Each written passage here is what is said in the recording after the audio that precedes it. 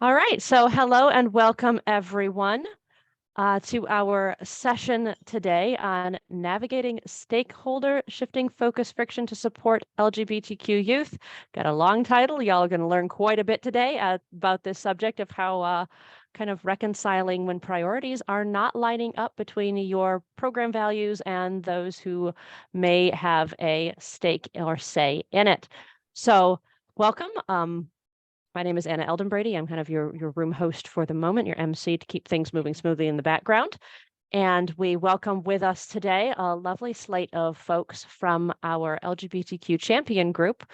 We have Allie White and Jeremy Elliott Engel and Joe Rand and Denny Davalos, who are all on this presentation. I forgive if I've missed anybody else who's contributing. I know y'all do a lot of work on this in a lot of different places. So welcome and take it away. All right, I'll share screen.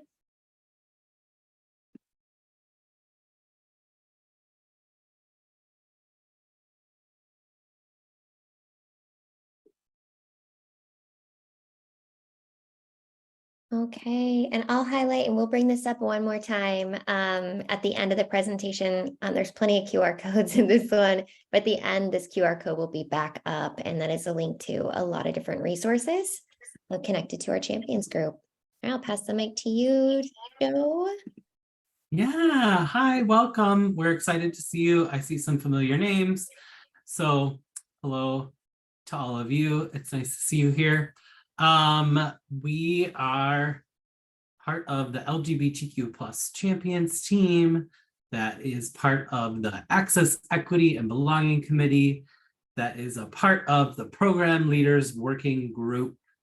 And we're excited to be here with you today to help share some strategies for navigating the tough conversations that come up when we're working with our LGBTQIA plus youth in our 4-H programs. My name is Joe Rand. I use he, him pronouns. I'm from the University of Minnesota. I'm the DEI director for Minnesota 4-H and also the interim extension DEI director. I'll turn it to one of my co-hosts. All right, I'll jump in. I'm Allie or Allison White, both work. I use she, her pronouns, and I am in Washington State University. I'm working in the 4-H program in the center of the state. And hi, I'm Jeremy Elliott Engel, use he, him pronouns. Most recently was State 4-H program leader in Arizona, and now Associate Dean for Extension with the University of Hawaii.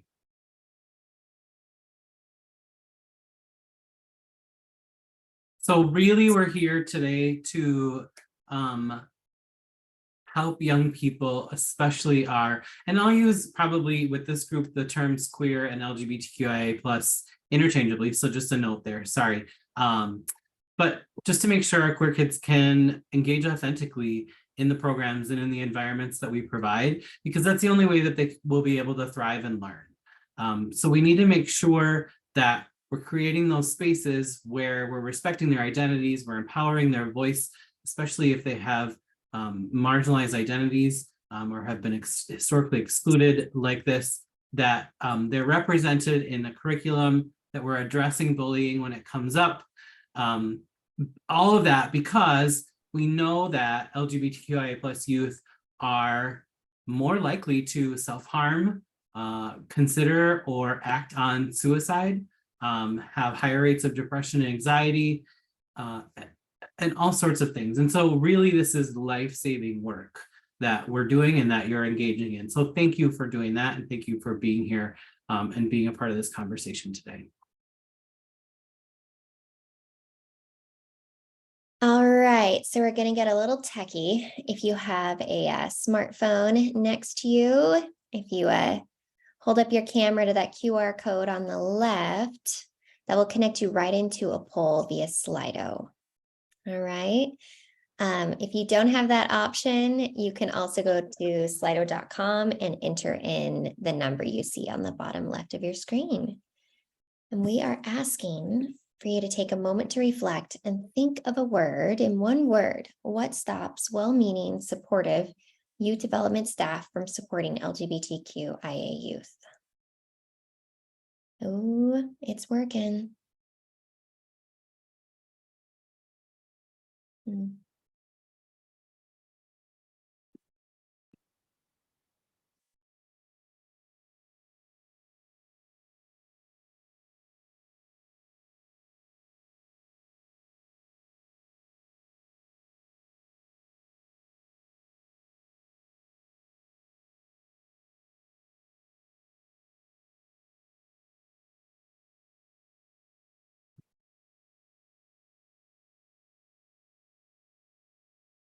Hmm. These are interesting answers. Thank you. I am not surprised to see fear big and bold in the center.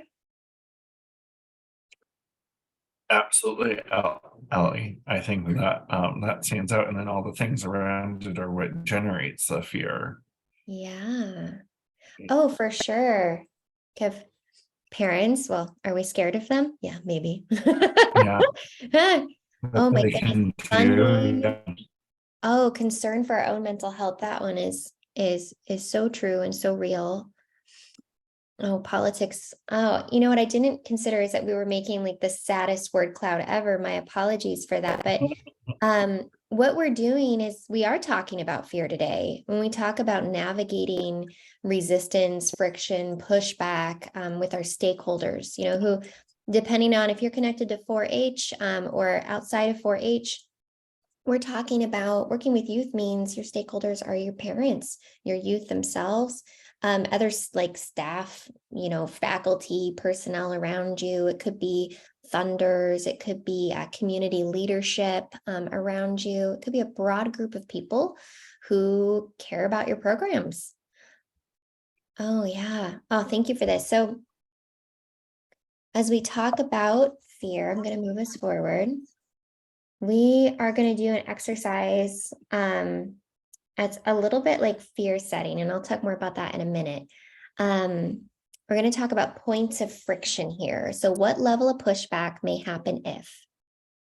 So we're going to get a series of questions on Slido, and think about your program stakeholders, right? Whoever cares about your program, it might push back against something they don't like, something that feels like change, something they don't agree with, something they don't understand.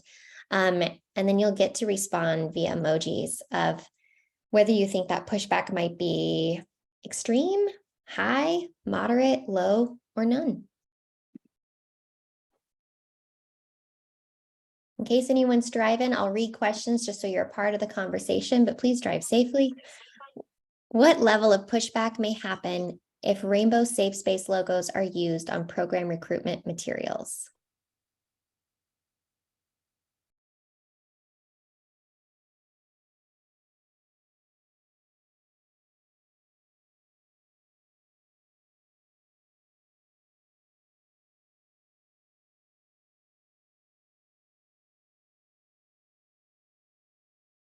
Right, and I see in the chat, you asked for the Slido code. Hopefully you see it on the left side. Each time we do one of these, it'll be right on the left.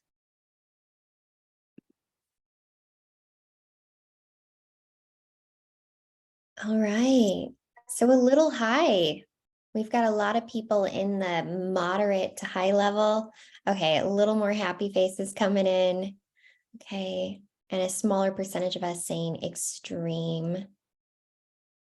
Okay. Oh, we're making a bell Parabola. curve. Yeah, right, exactly, right, yeah. Yeah. All right. And each of us, our program context is different. I recognize that. Who do you work with? What's your community like? What support do you have around you? If I didn't say it before, stakeholders includes admin. It includes people signing your checks too, right? If you're paid in this space. So we understand how different, how these responses relate to different contexts. All right, so this one's a little high on average. I'm gonna move us forward. What level of pushback may happen if non-binary is added as a gender option on program registration? See how we sit with this a little bit and do some fear setting around it.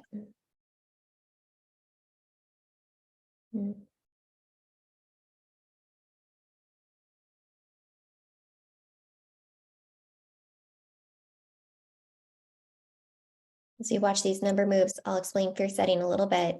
It's the idea that you have a goal. So with this question, our goal would be to add non-binary as a gender option on registration. And you define what fears you have around implementing that goal, going for that goal. And then you think through all the ways in which you can like mitigate that. Okay, what can I do to stop those fears from happening, right? We know we don't get to control everything. You're going to think through your options, and then you're going to think through the options of, okay, well, how do I recover if some of these fears come true? This is a great exercise to do in a team environment, right? Who's on your team?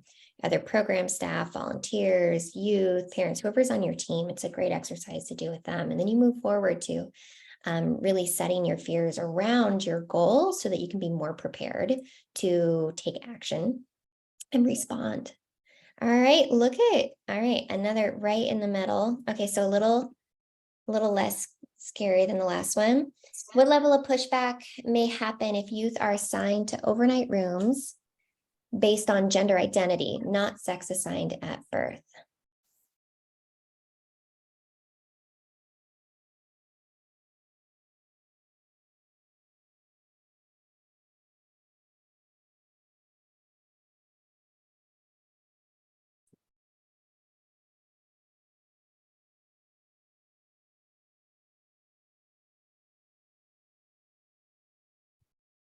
All right, and for some reason, I don't see results popping up on my screen. I'm not sure if that's a tech issue on my end. So apologies, I'll move us forward so that we don't waste time staring at a blank screen. Oh, hey, look at that. Surprise. Now the screen isn't blank. All right. A little bit lower. This one, yeah, a little less concern and more positive, constructive response to that. Okay. All right. Last one, folks. What level of pushback may happen if a longtime volunteer or staff is dismissed for refusing to use a youth's chosen name or pronouns?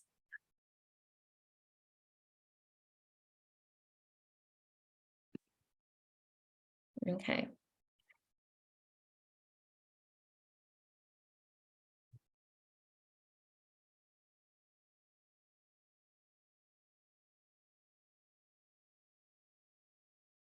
A little bit higher.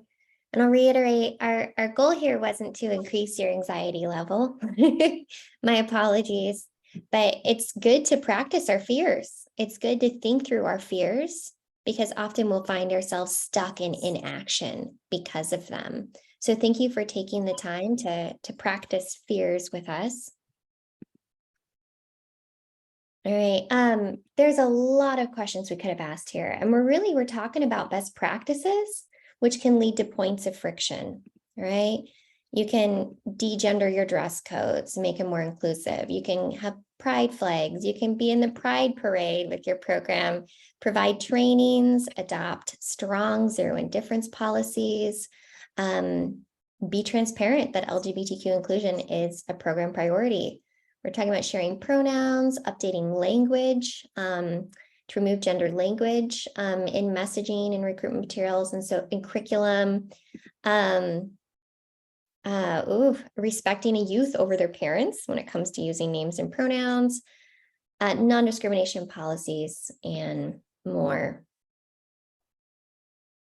So once again, I'll read if anyone's driving. We suffer more often in imagination than in reality. Okay. Now, it's possible that reality is tough. I shouldn't even say possible. We're all here. We know reality is tough, right? But what we imagine something to be may actually be worse, or you just might be stuck in that imagining. I didn't realize how many clicks I need to do for this slide. Surprise. So we are going to roll forward because we have a lot to cover today, but we have a ton of resources we'll be sharing with you, including this slide deck. So don't worry if you're not grabbing all these QR codes. But if you want to learn more about fear setting, I mentioned once again, this is a great exercise to do with a team. So you can set your goals, define your fears, think about how to prevent them, think about how to repair them. go through the benefits of taking that goal, and then list the costs of inaction. This is from Tim Ferriss. What we don't often consider is the atrocious cost of the status quo.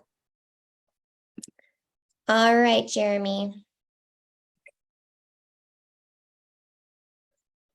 That the framing of that there are risks and challenges, and of course change, no change is smooth, and change that is informed by deep emotion is also never smooth. Let me move forward. Or am I able to control that? No. In 2018, part of my dissertation was interviewing extension administrators and 4-H program leaders, so state directors and 4-H program leaders. And out of that, there were, at the time, there was quite a bit of churn happening within 4-H and extension around inclusion of LGBTQ plus folks. I was asking them about what strengths, weaknesses, opportunities, and threats individuals were seeing. So I was thinking about scanning the environment and leadership behaviors.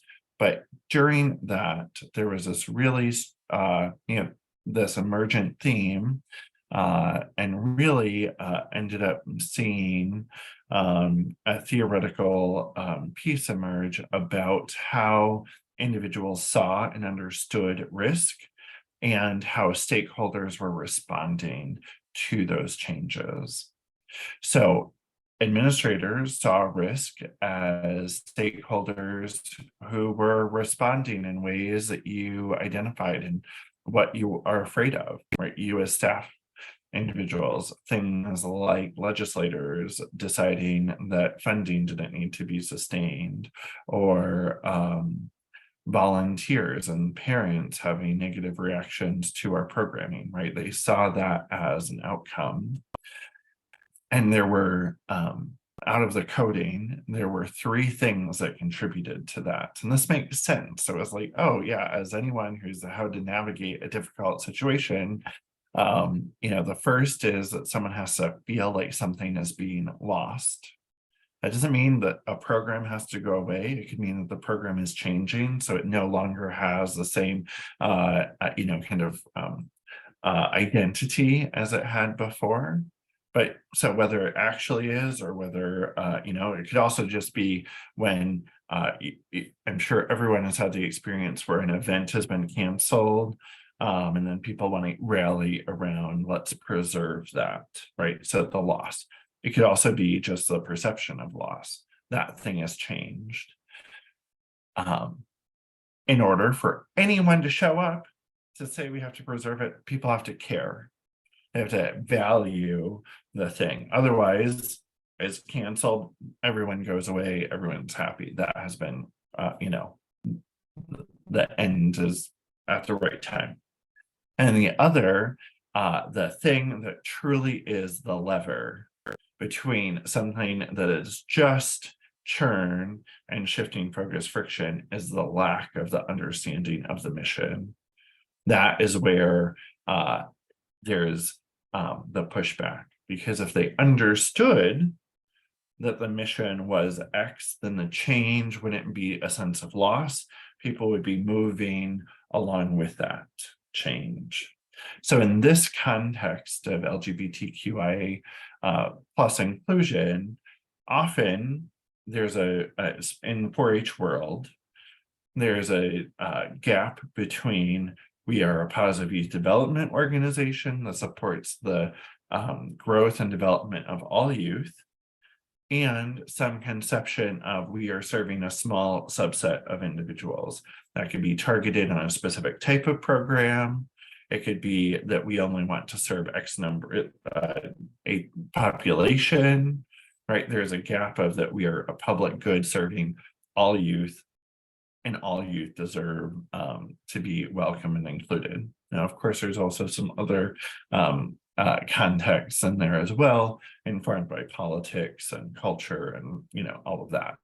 But that ends up being the rub. And so that's the world in which we live in. So Allie, we can move on to the next.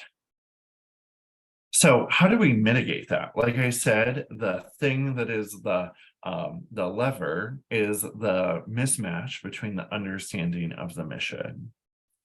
So the very first thing that we have to do is be focused on strong relationships, right? It's much easier to move a conversation when it's situated in trust and having that relationship.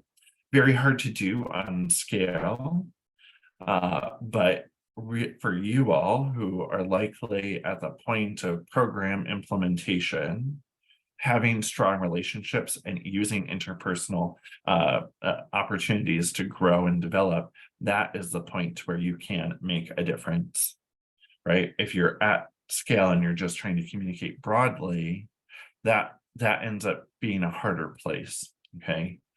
So the thing that we want to be working on and developing is a focus on the mission. What is it that we're trying to do in our work?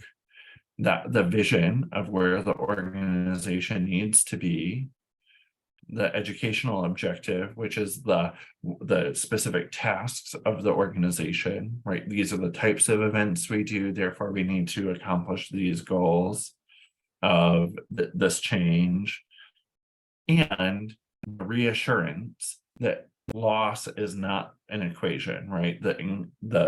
Our changes that are happening in order to make young people feel welcome are not then excluding other young people, right? And so it's, we want you to be here. We also want this other young person to be here because we're doing really cool things, right? Everyone is here. It's not either or, and keeping ourselves centered in the place of reaffirming and I think that's the right word, reaffirming that there isn't that loss. That can happen in a couple of different ways. Sometimes it's making sure that you're moving forward something that a population that might be prone to being concerned is getting right. You know, there's something that's heavily up their alley that's coming out at the same time, right? So it doesn't always have to be in the same space or same event, right? But it's providing the value to both of those populations. So it's kind of freeing you up so that sense of loss isn't there, or you're taking that away. And then focusing also on building mission. So obviously this is hard work. It's simple to put on a slide, not simple to implement, but we're going to spend the rest of the time talking about the tools that we need and practicing that in many ways. So. All right, thanks, Jeremy. Yeah. You bet. So those key points that Jeremy shared, that's going to take a lot of communication, right? And strategies and communication. Because our time is short, I've picked two of my favorite methods that personally help me figure out how to move forward in hard conversations. Perhaps some of you are already familiar with Crucial Conversations. There are so many good books and resources out there. This happens to be one a colleague handed to me, maybe about 10 years ago. And it's just really stuck. And it's made a big difference in my working world, in my marriage, in traffic stops, you name it, where I've been in hard conversations. This book and the two tools we're going to go through, which are Start with Heart and Contrast, have been very helpful. If you have another communication resource that you like to, is your go-to, feel free to drop it in the chat, or even better, in our Discord channel, so that folks can learn from your experiences as well. All right, Start with Heart. The idea with this communication tool is when you find yourself in a tough conversation, this could be something that's happening in real time with someone in front of you or in front of your computer screen. This could be an email coming through. This could be a conversation you're just anticipating because you might know folks well and might have a assumption of how they may respond. A good starting place is to start with where you can focus, right? So stay focused on what you really want. And there's a few things to think about, a few levels. And I recognize that this is a lot to digest and think through if you're live in the moment talking with someone, and we'll get to how to magically create time in a moment. But for right now, we're thinking through these things. What do I really want for me? Or maybe it's not me, for the program or for the youth. What do I want for the other person I'm communicating with, right? What do I want for that relationship with that person or those folks that I'm communicating with? What do I want to avoid? And how would I communicate if this is what I really wanted? We're going to go through this step by step with an example. All right. Oh, all right. So here's our example. A parent is upset that bathrooms at day camp are by gender, not sex assigned at birth. They're worried cisgender girls will be attacked by people who are transgender or pretending to be a different gender. This could be just ripped right out of the headlines. This is also just taken right from my email. What do I really want in this situation? All right, oops, it looks like my slides like to start over. All right, for me, I want to feel safe and confident. This is about me in this conversation, right? I want to do a good job in communicating our rules and reasons clearly. Okay. Oops, sorry for all the restarts here. All right, for the program, for the youth, I want our program to protect kids, even when it's tough. I want trans youth and adults to be welcome and safe here. Right. I want our program to be known as a place for all people to belong. We're restarting again. It's good. We'll just practice all those questions over and over. For the relationship with this parent who sent me this email, I want the parent to trust that we're listening to their concern, or we listened. Doesn't mean I have to agree or understand, but I'm not ignoring. I want the parent to feel that we respected their concern. Once again, this isn't about agreeing. It's not, we're respecting them enough to be listening and responding, right? There are some ways, listen, some tips down here, that if you're in a tough conversation, so this is especially true if you're in it in that very moment, someone's right in front of you, that you might be able to get across care for that relationship or calm down the situation by using some keywords. Number one, can you find something you agree on? Sometimes it might feel like you can't, but hey, I agree this is an important conversation to have. Maybe that's all you get to agree on in that moment. But at least finding one point where you can start could help you move forward in that moment. Maybe you're agreeing that youth safety is critical. You're agreeing this conversation is important. After you've got to listen and learn from someone, you can reflect back. I bet a lot of us have used this tool in the past or heard of it. After listening, I learned that you're really concerned about X, right? Or you need more information about this policy, or you're reflecting on what you heard from them that will allow them to know that they were listened to. Hopefully they feel some respect in that moment that you're taking their concern. Also they can clarify if it did not filter through your brain the way that they wanted it to. All right, so we're still starting with heart. We're gonna go through here. What do I want to avoid? I definitely want to avoid an unproductive, unhealthy back and forth. Yeah, who wants that? I want to avoid being unclear about our policies or program stance. I don't want to give this like wishy-washy, like, you know, I can make everybody happy in this moment situation by not directly addressing the question or the concern. All right.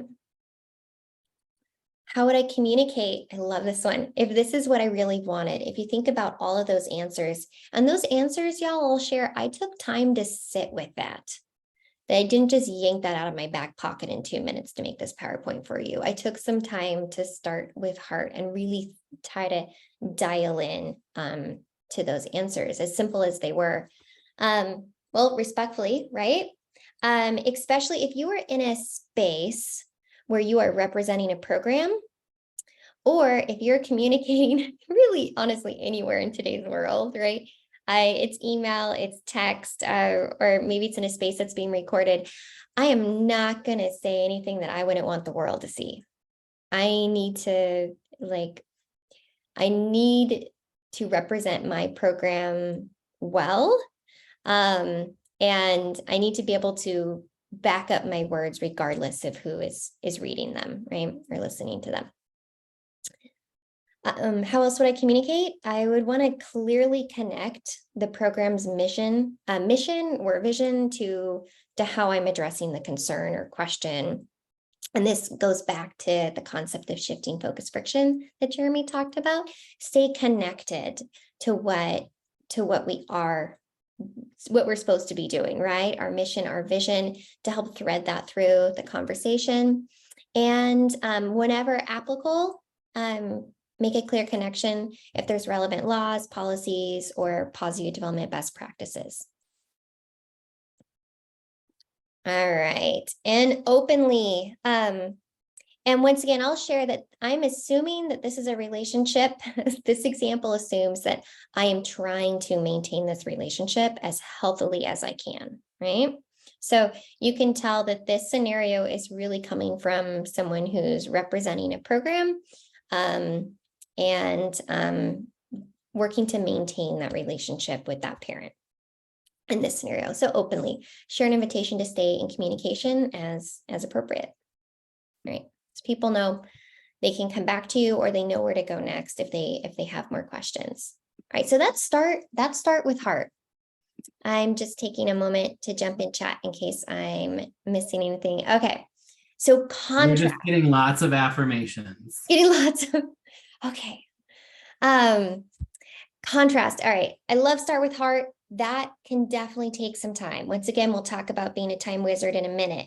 But moving forward to contrasting, this is an absolute favorite because it can be a really quick way to organize what you need to say in order to be as clear as you can. So when others misunderstand you or your programs, your purpose or intent, once again, think about that shifting focus friction, that misalignment of understanding of mission and values. Contrast, right? You could flip-flop this, but depending on what's going on, it may be helpful to actually start with what you don't intend or mean, or what your program doesn't intend or mean, and then explain what you do, okay? This is gonna help kind of like calm the flames down, right? Help people take a beat, and hopefully be in a space where you can have a productive conversation. All right, contrast. So same scenario. Here's what we're going to do here. So the don't is all about the main concern.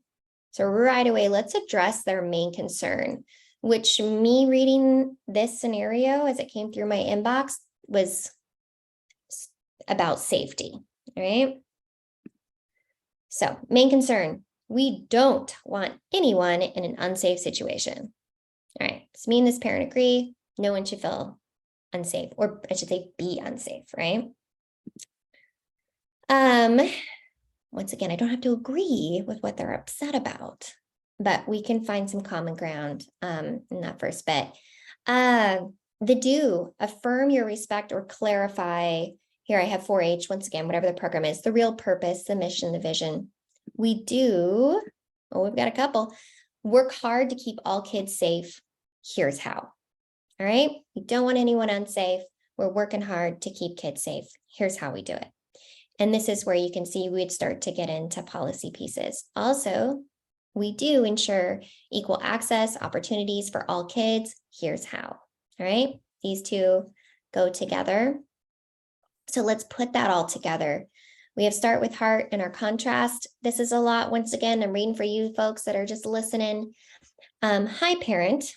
I agree that youth safety is crucial, and I'm glad you contacted me about your concerns. We don't want anyone in an unsafe situation and work hard to keep kids safe. Ensuring our youth are safe at 4-H, especially in private spaces, is essential. This is why all chaperones and staff are screened, including a national criminal and sex offender background check. This is also why all camp leadership, adults, and teens are trained on and follow best practices of youth safety. For example, not being alone with one camper in a closed or distant room. All right, you can see how you can adjust that to fit your program and how it looks in your space. It's important to clarify that our 4-H program follows federal, state, and university non-discrimination laws and policies, which in alignment with positive youth development best practices, guide us to ensure that no one is made to feel unwelcome or unable to use camp facilities because of their sex, gender, or gender expression. We know that identity doesn't define behavior, so we work to ensure equal access, care, and treatment for all of our participants. Please let me know if you have any more questions about our safety or non-discrimination practices. Okay. All right, so that's one example of how we can take those two tools and use them to craft like a really clean message, okay, that we can be proud of. Now, I talked about being a time wizard, all right? I don't have one of those cool, like, you know, Hermione, like ticking time clocks. Someone knows the right word for what that is, but whenever you can, take your time or make time, all right, so you can get to that clear, concise response. For instance, it's on the phone. I'm glad you called. I have a meeting in a few minutes. Is it better for me to call you back this afternoon or tomorrow? Maybe you don't have a meeting. That's cool, right? But make that time. It's better to be able to have the time you need so you can respond well. Or I have totally used this one in the middle. One moment, you caught me on the way to the bathroom. I'll come find you in a few minutes.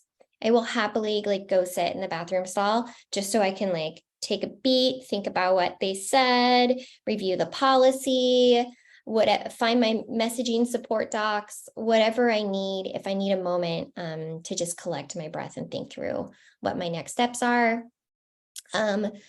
Or maybe it's over email or voicemail, but just thanks for reaching out. I want to ensure I get the right info to you, but I'll need a little time to do so as I have a busy few days coming up. Just want to let you know we got your question and I'll connect back soon. This is almost the exact response actually used for that email because it did come at a super busy time.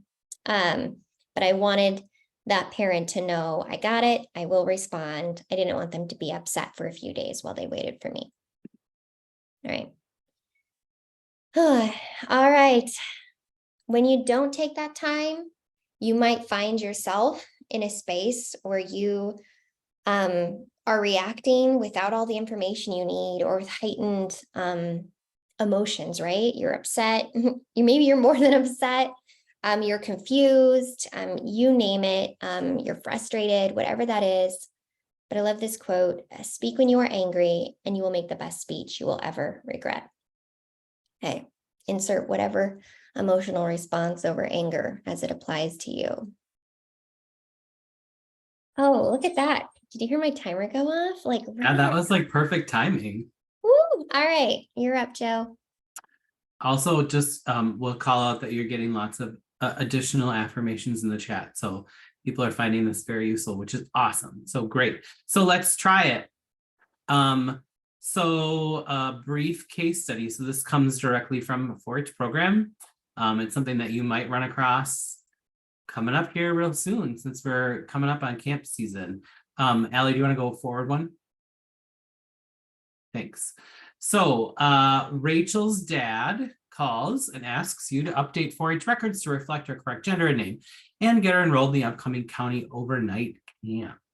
Rachel's been enrolled for 3 years in 4-H, previously enrolled as a male participant, but now openly identifies as a girl.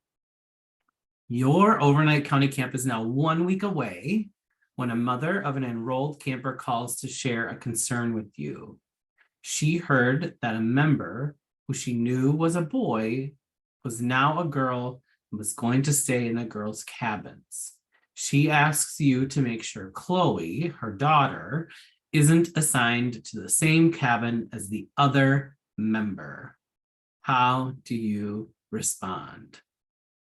So first, you got to decide heart or contrast, and know that you have some time. So take some time to consider your response. You do not have to respond to a message like this immediately. We have some best practices that our team has developed. We've been sharing them. They are available publicly on the Access, Equity, and Belonging Committee website to help guide your response. So, can you go forward one? So there's a couple of bits of information here. First, if you can allow young people to indicate who they want to share a room or cabin with, regardless of sex and gender identity, maybe they want to stay with a cousin, or there's a group of friends that hang out at each other's houses in the summer and sleep in on the floor, or maybe it's a sibling group that like is just used to sharing a room and space and that would be more comfortable. If you can do that, which in a lot of our situations is I know is ideal and is not the reality, but if you can, awesome. That also assumes that that space is only for sleeping and that you have spaces where young people can change privately, use the restroom privately, shower privately, etc. Or that you've been able to put in place some practices so that they can do that. So you have a sign-up sheet for showers, for example, if they're not private showers. So that's the ideal. You also need to know that you have to follow the non-discrimination policy that your land-grant university has. And I know right now, all across the country, these things are moving all over the place and not always in ways that feel positive or like they are positive youth development.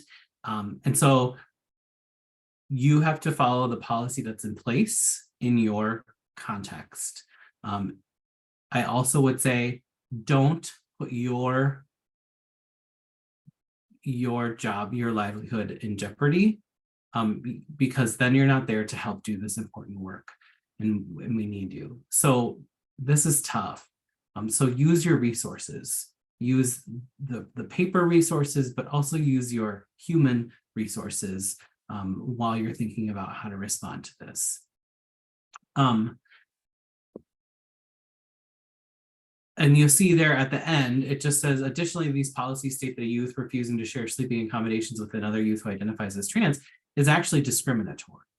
And so while that family who raised the concern might feel like they are being discriminated against, which sometimes comes up, discomfort does not equal discrimination. I think that's important. That may or may not be a conversation you need to have. So just make sure when you're considering your response, you think about that.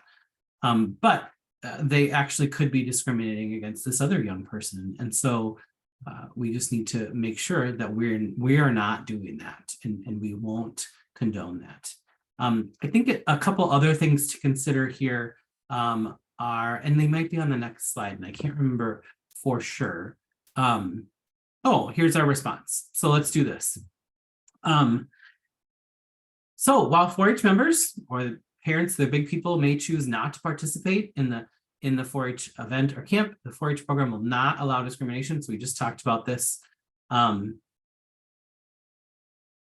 against anybody. And then additionally, you could provide the contact for the state's Title IX officer if they want to sort of escalate, or you could, again, share the non-discrimination policy with them so they have the language. However you need to respond, you can add that in your response. What I will say that isn't in here that I want to just make clear, though, is that you can't confirm or share any personally identifiable information about the trans person at camp, because that's actually when you would cross the line of discrimination against that young person and giving out information that is protected by the law. And so only folks who need to know that information should have it. That may or may not include camp counselors, because they need to make sure that they're creating spaces where that young person feels safe, or other volunteers. But young people and other families, that's not information they get to know. Just like you wouldn't tell a parent who calls that a young person at camp has diabetes or some other type of special need. And I'm not trying to equate like special needs with identity here, but that's just an example that I use once in a while. That's personally identifiable information, and we don't share that. And so you want to make sure that you're focusing on the situation and not on that young person. Focus on the policy, not the person. That's just a good rule of thumb. So we're doing okay on time. A couple of things for you to think about, and we'll either have you actually unmute, or you can throw in the chat what you think. So how would you respond to Chloe's mom? Do you think starting with heart, or do you think contrast? What might that sound like? So consider that. What steps need to be taken to make sure that Rachel and all youth will be safe, respected, and welcomed at the upcoming camp? And so one of the things, I was just having this conversation the other day, it might be that you're not housing these young people together because of the objection that the parent raised, but it may not be for the reason that that parent wanted. But we need to make sure that Rachel feels safe. And so maybe that means these young people aren't in the same space together. And then what steps need to be taken to mitigate this friction in the future? So if you have thoughts, we'd love to hear those things. Or if you have something that you're quickly ready to chat, you can throw it in the chat. But what do we think here?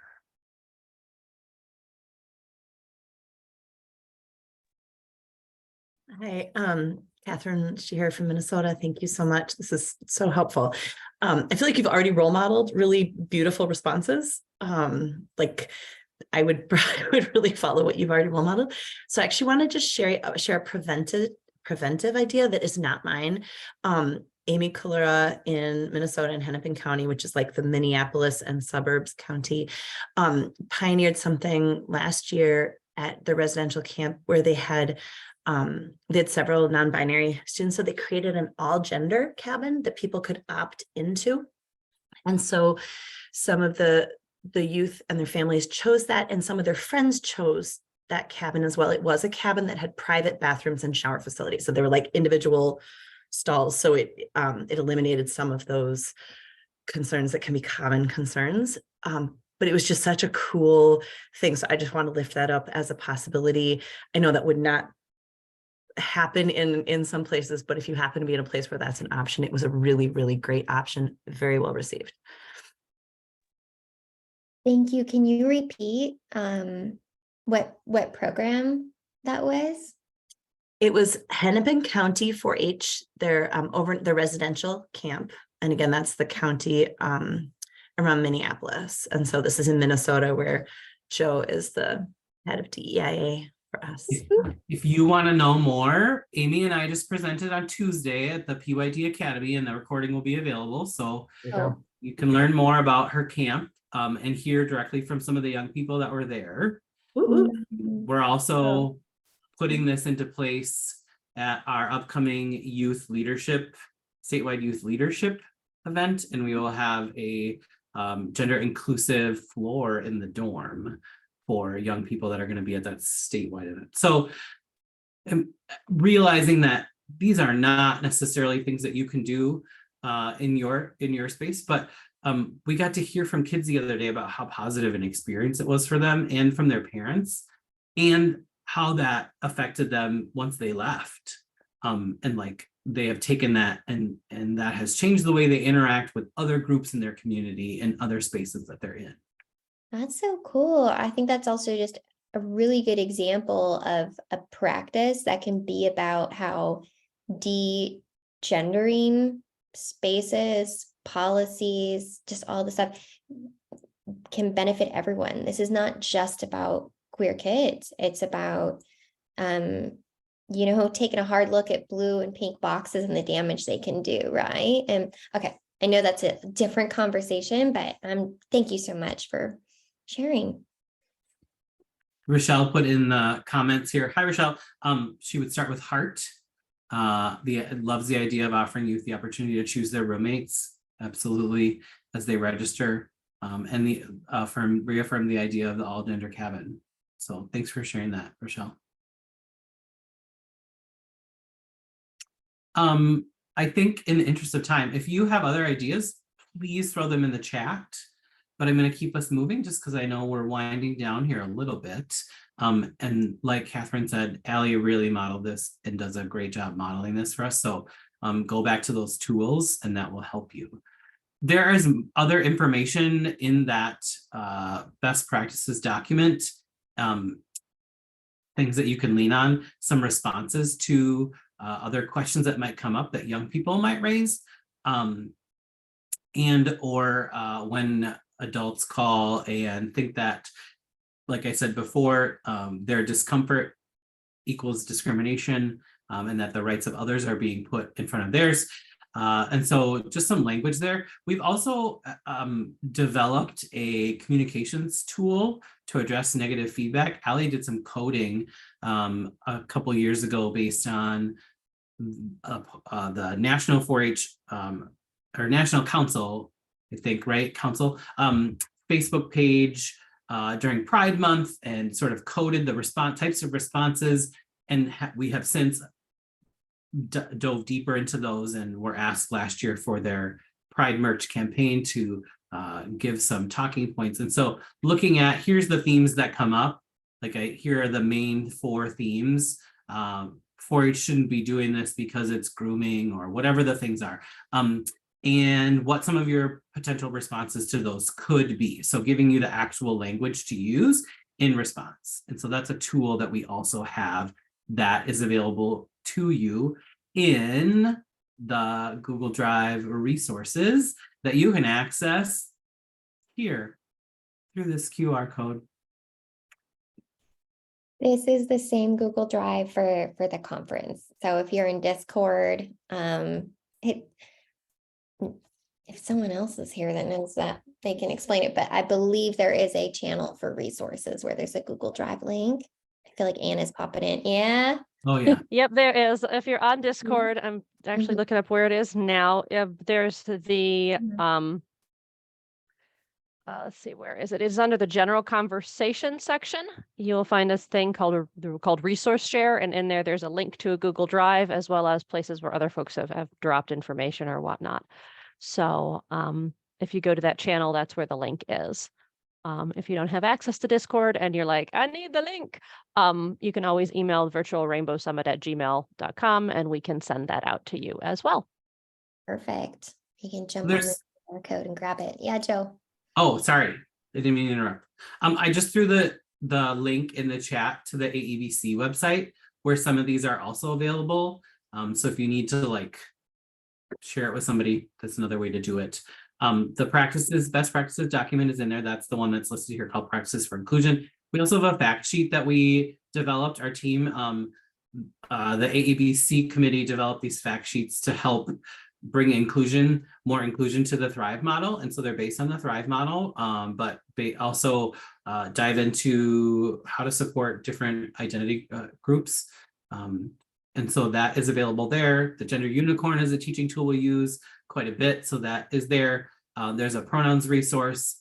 Again, those messaging, the messaging strategies, it's called the Pride messaging strategies because that's what we initially used it for. Jeremy's article here on navigating stakeholder friction, and then the slides. So lots of resources for you. Also, just don't be afraid to reach out and ask one of us. We're ready to help. So also this thing has been going on for a couple years now, but so last year, the 4-H, we worked with the 4-H Mall to create a line of Pride merch, and with designs that were created by young people across the country.